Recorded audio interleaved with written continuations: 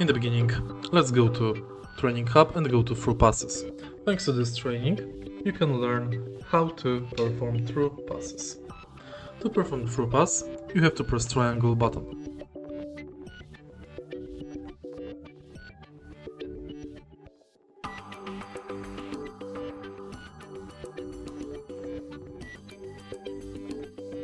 This is the basic through pass. You can also use Lobbed through pass and higher through pass. In order to use Lobbed through pass, press L1 and triangle.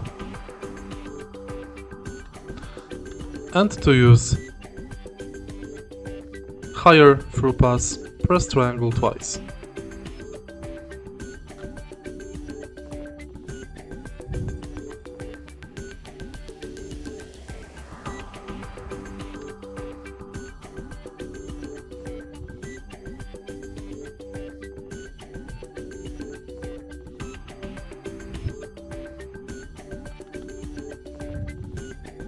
If you find this video helpful, please leave like, comment and subscribe.